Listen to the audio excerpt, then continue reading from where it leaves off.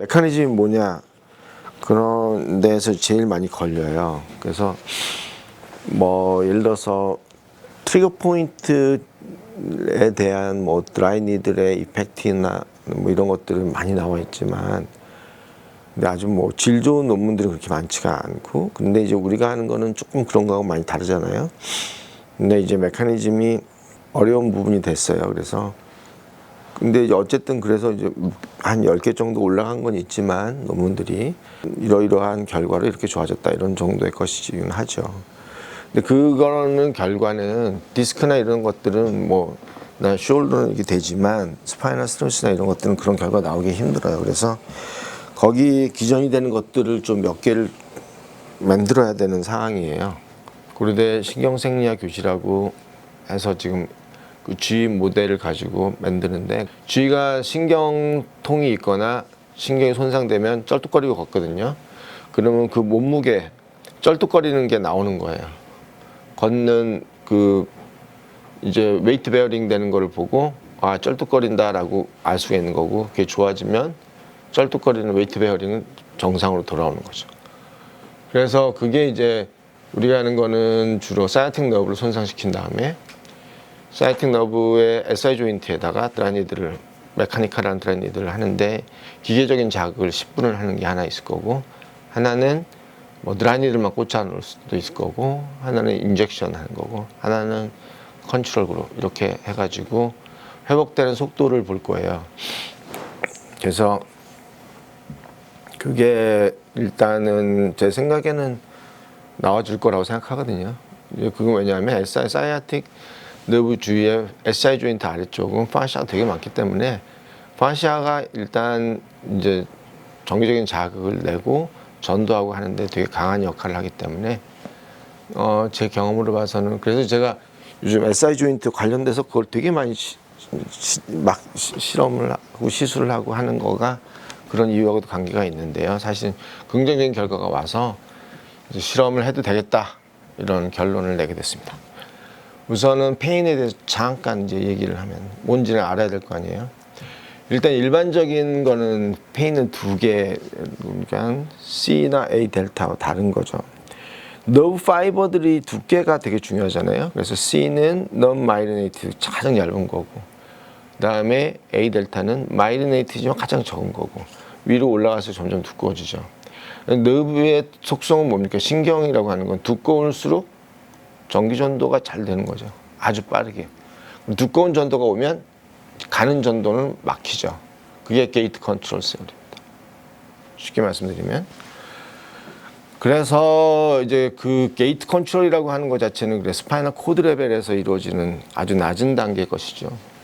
어쨌든 그래서 보시면 통증은 맨 처음에 이제 인저리가 오게 되면 일반적인 통증은 이제 이게 퍼스트 오더 뉴런입니다. 그래서 이것이 스파이널 코드 도살 혼에 들어가죠. 그럼 여기서 세컨드 오더 뉴런에 의해 가지고 살라무스 연결되고 여기 서드 오더 뉴런 센서리 모터 코텍스로 가게 되죠. 이렇게 해서 페인을 퍼셉션하게 됩니다.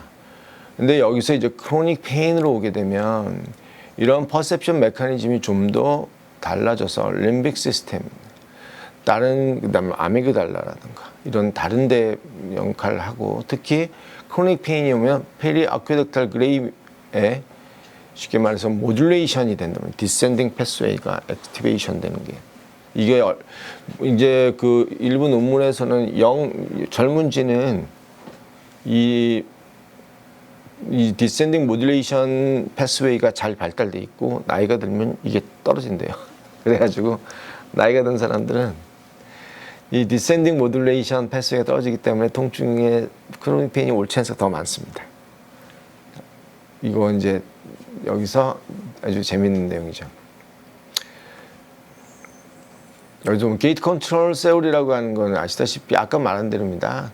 큰 너브 파이버가 가면 작은 것들은 기능이 떨어지거나 마스킹 되거나 이렇게 된다는 얘기죠. 그래서 페인이 트랜스미션 되는 것을 뭐 이제 조절을 한다는 아주 심플한 얘기인데 이 어떻게 말하면 아주 쉽게 말하면 이렇습니다. 서브스탄티셜 젤라티노사에 디센딩 이니비터리 메커니즘이 있는데 이것이 터치와 같은 보다 큰 nerve fiber에 의한 자극이 가게 되면 descending inhibitory 시스템이 작동을 해서 게이트를 막아버리는 거죠.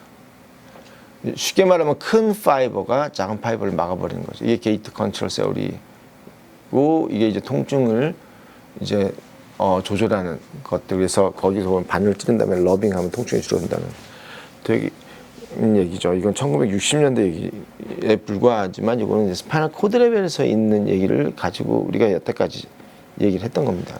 어쨌든 지금은 이제 게이트 센저는 페리페랄이라면, 그리고 주로 아큐트 페인에 관련된 것이라면, 크로닉 페인에 관련된 거는 림빅 시스템이나 하이포살라무스가 액티베이션 된다는 게 중요한 거고요.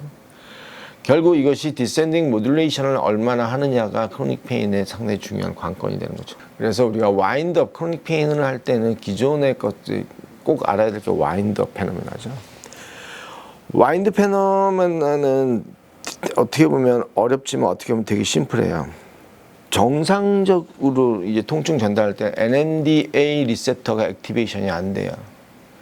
근데 이게 NMDA 리셉터는, NMDA가 액티베이션 되는 거는 반복되는 자극이 왔을 때는 NMDA 리셉터가 펑션을 해요. 노즐 혼인 NMDA 리셉터가 펑션을 하게 되면 와인드업이 나타나요. 쉽게 말해서 통증을 훨씬 크게 받아들이는 겁니다. 그러니까 와인드업 페인이라고 하는 거는 화학적으로는 NMDA 리셉터 액티베이션입니다. 정상적으로. 근데 이제 이게 아까 말씀드렸듯이 NMDA 리셉터가 액티베이션 하느냐 안 하느냐, 이게 굉장히 중요한 겁니다. 결국 글루타메이트에 의해서 NMDA 리셉터가 액티베이션 하게 되는 것이 이제 와인드업 페노메나입니다.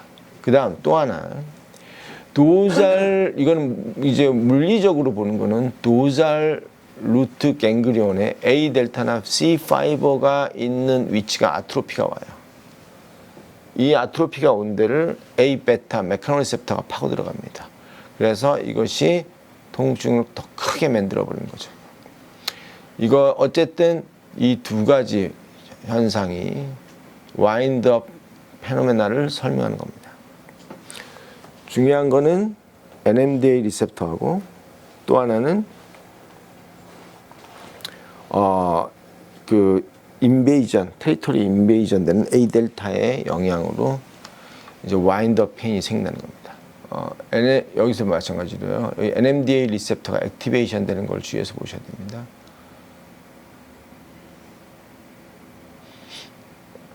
처음에는 액티베이션이 안 되죠. 그러나 반복되는 자극에 의해서 시냅스가 형성되면, 새로운 시냅스가 형성되면 이것이 NMDA 리셉터를 액티베이션 시켜요.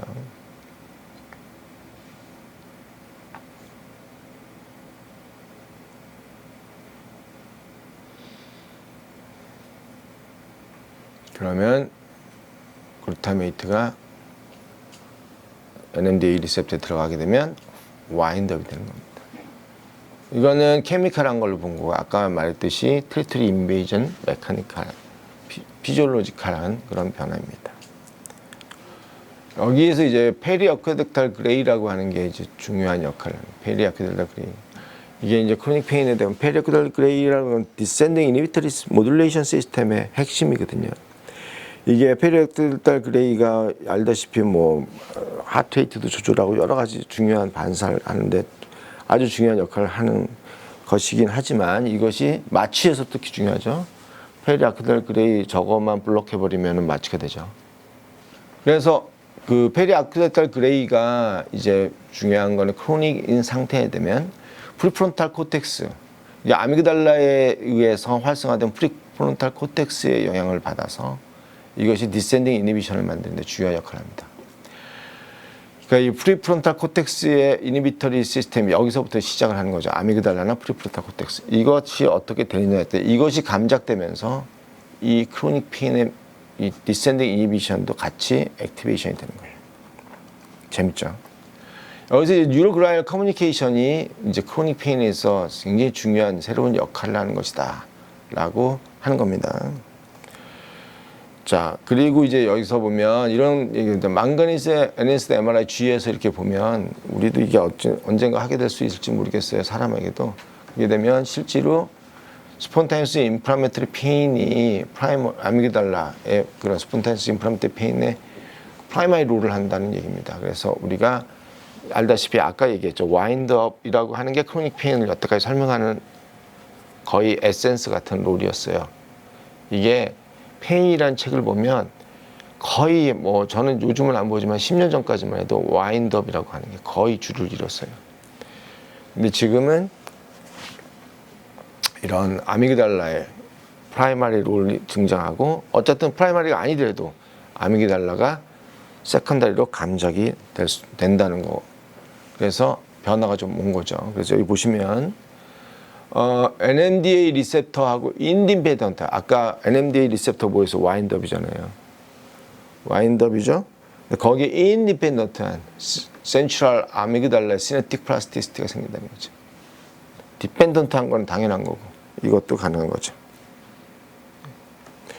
그래서 여기서 보면은 그 예를 들어서 여기서 트리제미널 인저리를 줬을 때 여기서 보시면 그 프라이머리 센서리 소마틱 센서리 코텍스를 건드리는 건 당연하고 그 다음에 그게 아니라 아미그달라를 통해서 그 다음에 프론탈 코텍스에 변화를 주는 거예요. 아미그달라가 감작이 되는 거죠. 재밌는 거죠. 이러한 것들 통증을 증가시키거나 크로닉 페인을 조절하는 거. 이거에 롱텀 포텐션, 롱텀 디프레션이라고 하는 시냅스가 관련된 거죠. 즉 말해서 반복해서 자극을 주면 포텐시에이션, 시냅스는 증가하고 이거를 반복해서 이제 하는 걸 잊어버리고 안 쓰게 되고 꺼버리면 디프레션이 된다는 거죠. 그래서 이 두 가지가 시냅스가 통증을 유발할 것이냐 아니면 또 다른 롱텀 포텐시에이션을 만들어서 통증을 지워버릴 것이냐 이런 것들을 결정하게 되는 거죠. 그래서 통증의 트레이닝이라고 하는 개념이 들어가게 되는 겁니다.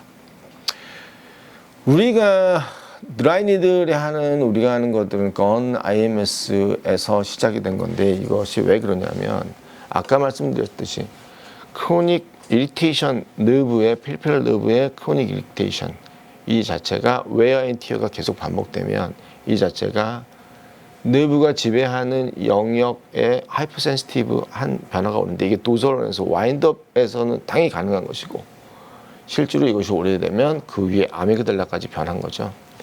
근데 왜 어떻게 보면 좀 약간 바보같이도 보이는 저 얘기를 하느냐 하면 이게 굉장히 중요한 얘기인 겁니다.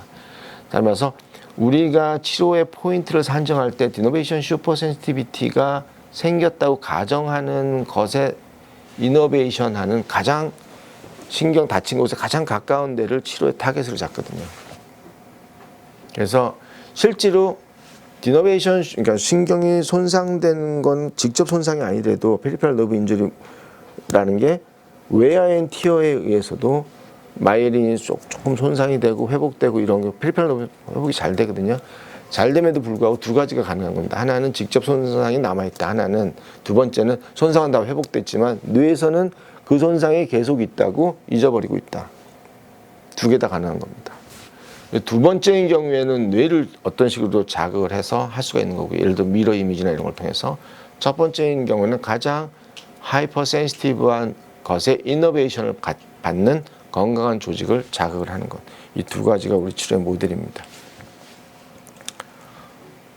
그래서 이거 자체는 이제 그러니까 아미그달라에 의해서 저장돼 있는 혹은 와인드업만 가지고는 해결이 안 되지만 하여튼 저장돼 있어서 한 세그멘트이거나 아니면은 그 세그멘트 이상의 지배받는 특정 부위가 하이퍼 센시티브하게 되어 있다라고 하면 그 안에서는 근육도 긴장되고 너브도 이리테이션 더 될 거고 웨어 앤 티어는 더 반복된다는 것이 건의 라디큘러 패싱 모델이고 그것이 신경 분절을 따라서 특히 척추에서 많이 올 수 있다고 하는 거고 그게 합리적인 모델이에요. 사실은. 그래서 여기에는 세 가지가 포함되어 있죠. 와인드업이 포함되어 있습니다. 와인드업이 되어 있는 상태에서 라디큘러 패싱 모델이 형성이 돼요. 그 다음에 저게 오래되고 경우에 있어서는 아미그달라가 변화가 있을 거예요. 그래서 이것 자체가 통증 모델에서 사실은 잊혀져 갖고 우스꽝스러워 보이지만 저는 그렇게 생각하지 않습니다. 자, 어쨌든 좋습니다. 이게 중요한 얘기는 우리가 보면요, 신경이 다치면 아까 말했죠, 굉장히 심한 과하게 통증을 내요. 회복하기 위해서 페리페럴 너브 인저리가 오면 그 액토픽 임펄스 같은 거 막 내가지고, 근데 그거를 꺼버리거나 통증을 확 없애버리면 재생은 끝나요. 퇴화해요. 그래서 페인이라고 하는 건 고쳐달라는 신호예요. 엄격하게 말하면. 그리고 그것 자체는 컨트롤할 수 있는데 저어서 어떻게 컨트롤하느냐, 이것이 스파이널 코드까지만 가는 자극으로 끝나느냐, 아니면 그 위에 아미그달라 혹은 그 위에 하이어 프리프론탈 코텍스까지 가야 되느냐, 이건 좀 달라질 수 있어요. 어쨌든 결국은 브레인에 관련되는 건데, 이제 치료를 하는 몇 가지 기전 중에 이제 예를 들 수가 있는 것 중에 하나는 미러 뉴런이에요. 크로닉 페인도 미러 뉴런. 이게 우리가 요즘 미러 뉴런을 이용해서 우리가 재활학에서 옛날부터 한 10년 전부터 많이 돼 있는 걸로 알고 있거든요. 예를 들어서 아픈 쪽을 안 쓰게 하고 장애가 있는 쪽을 안 쓰게 하면 건강한 쪽을 안 쓰게 하고 안 아픈 쪽을 안 쓰게 하면 장애가 있거나 아픈 쪽이 재생이 돼요. 쓸 수가 있게. 근데 이거는 뭐냐면은, 기본적인 근거는 뭐냐면, 이미 페리페랄은 네트워크가 손상 후에 돼 있는데 센츄랄은 잊어먹고 있는 거예요. 각 그 기능 자체가 아까 말했듯이 롱텀 포텐시에이션이 아니라 디프레션이 돼가지고 거기에 관련된 시냅스가 없어진 거예요. 그러면 그 시냅스를 만들기 위해서 아프거나 장애가 있는 쪽을 안 쓰게 되는 거죠. 그러면 정상인 쪽을 안 쓰게 되는 거죠. 그래서 아프거나 장애 있는 쪽에 시냅스가 생기도록 유도를 하는 겁니다. 그건 트레이닝입니다. 우리도 때에 따라서 건강한 쪽을 자극할 때도 많이 있습니다. 반대쪽. 근데 그것도 이런 미러 이미지, 그러니까 아주 심한 사람들한테 그렇게 하는 거죠. 도움을 받을 수가 있습니다. 그 다음에 또 이건 이제 뭐냐면요, 이 에모셔널 미러 뉴런, 이것도 굉장히 중요한 얘기 중에 하나예요. 이게 되게 재밌어요. 뭐냐면 내가 너무 아프면 옆에 있는 사람이 10% 정도는 아픈 걸 가져가요. 미러 뉴런 이미지에서. 내가 아픈 거를. 이게 미러 이미지가 깨진 게 오티즘이잖아요. 남이 어떻게 하는지를 보지를 못하는 거예요. 느끼지를 못하고. 그게 오티즘이잖아요. 그러니까 미러 이미지가 발달된 사람이라면 남이 아픈 걸 느끼겠죠, 내가. 그래서 실제로 동물 모델에서 아주 심하게 아프게 하면 그걸 느껴요. 나한테. 근데 그거를 이제 입증한 거죠. 엔테리어 싱귤레이트 코텍스에서 이모셔널 미러 뉴런이 어나더렛에서 발견되는 거죠. 되게 재밌는 거잖아요. 그래서 크로닉 페인이라고 하는 자체가 이런 변수가 되게 많은데, 미러 이미지가 치료에도 도움이 되지만 통증을 가져오는 데도 도움이 됩니다. 아픈 환자를 많이 본 의사는 대부분 아파요. 캔서 환자를 많이 본 의사는 캔서로 죽고. 캔서를 하는 게 아니라 다행입니다. 어쨌든 그렇습니다. 그래서 미러 이미지 보고요. 다음 보십시다. 그 다음에 우리가 치료를 하면서 우리가 논문을 내면서 효과를 내려면 우리가 꼭 봐야 되는 것 중에 하나가 이겁니다. 그 BDNF가 결국이 이게 많이 나와야 신경은 회복이 된다고 하는 거거든요. 센츄랄뿐만 아니라 페리페랄에서. 우리 주인 모델에서 BDNF가 우리가 니들링에서 증가되는 걸 발견하면 이게 좋습니다. 첫 번째는 웨이트 베어링이 좋아지는 거, 두 번째는 BDNF를 발견하는 거. 이게 우리가 해야 될 두 번째 목적이고요. 그다음 세 번째는, 이제 이거는 뭐예요? 약이나 이런 것들도 뉴로플라스티에 도움이 되는데 그 대표적인 게 EPO입니다. 엘렉트로포이에틴이 요즘 그 안티디프레산트 이펙트에 굉장히 중요한 이슈로 떠오르게 됐습니다. 그 다음에 드라이니들이 BDNF 합성을 증가시킬 것이냐, 여기에 대해서는 잘 모르겠지만 우리가 한번 해볼 만해요. 그래서 한번 해보시죠. 그래서 이거는 우리가 밝히면 제 생각에 이건 됩니다. 밝히면 이것도 이것도 우리 치료의 아주 중요한 기전으로 될 거예요. 사이언스 베이스가 되는 거죠. 이거는 이제 좀 다른 얘기고요. 치료할 때 도움이 된다는 얘기죠. 명상이라던가 혹은 멍 때리면서 뇌는 그러니까 우리 환자들한테 잠을 충분히 자라고 하는 이유 중에 하나가 디폴트 모드 네트워크라고 하는 걸 활성화시키기 위한 겁니다. 그 다음에 여기서 이제 우리가 중요한 게 이제 결국 크로닉 페인은 안티디프레산트. 근데 안티디프레산트도 일부 어떤 것들은 BDNF를 이제 쉽게 말하면 증가시키는 데 도움이 되고 뉴럴 플라스티티에 도움이 된다. 그래서 안티디프레산트를 잘 셀렉션해서 쓰면 도움이 되겠다. 이런 얘기입니다. 그 다음에 TCA도 저 나쁘게 봤는데 실제로 TCA는 도움이 됩니다. 그 대표적인 게 TCA하고 그 다음에 케타민, 그 다음에 EPO 이 세 가지입니다. 이게 앞으로의 크로닉 페인과 디프레션의 주요한 그 메디케이션이 될 수 있는 것들이라고 생각을 해서 요 몇 개를 적어놨습니다. 그다음 GDNF도 BDNF만큼 중요한데 이것도 글라이얼셀 라인 딜리버리 팩터도 이것도 중요한 역할을 하는 걸로 되어 있습니다. 이거는 뭐냐면요, 이너베이션이 없어도 스트럭처럴, 그러니까 스켈레탈 머슬 파이버스를 이 자체가 정상적으로 회복할 수가 있는 거죠. 자극만, 정적인 자극만 주면. 그래서 페리페랄 너브는 그러니까 생각보다 굉장히 강하게 잘 페리페랄 이노베이션 되는 에리아는 잘 리컨스트럭션이 될 수 있다는 얘기고요. 이게 우리가 정말 이걸 하고 싶어요. 코티칼 체인지가 크로닉 로백 페인에서 온다. 그리고 우리가 니들링에서 코티칼 체인지를 좋아지게 한다.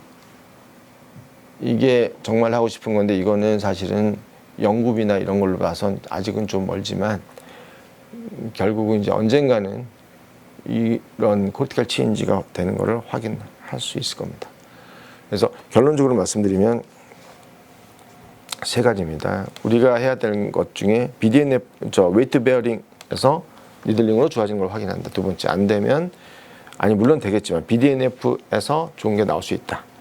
웨이트 베어링이 제일 좋을 겁니다. 그 다음에 결국은 뉴로 이미지에서 확인할 수가 있을 날이 언젠가는 올 것이다. 아직 멀지만. 그래서 어쨌든 우리 메커니즘이 나와야 우리가 스파이널 스테노시스나 이런 거에서 굉장히 좋은 치료를 보이고 있는데 이거를 입증할 수가 있는 거예요. 실제로 저는 임상에서 여러 환자를 많이 보고 했지만 우리 치료법은 환상이에요. 전 세계에도 이런 치료법이 없어요. 스파이널 스테노시스의 우리 치료법 이상은 없다고, 앞으로도 없을 거라고 저는 자신합니다. 보통 우리가 5회 내외로 상당히 50% 이상 좋아지잖아요. 힘들어요, 이건 우리만이 할 수 있는 겁니다. 50% 이상 좋아지는 건요, 서지컬 리설트보다 나쁜 게 아니에요. 이상입니다.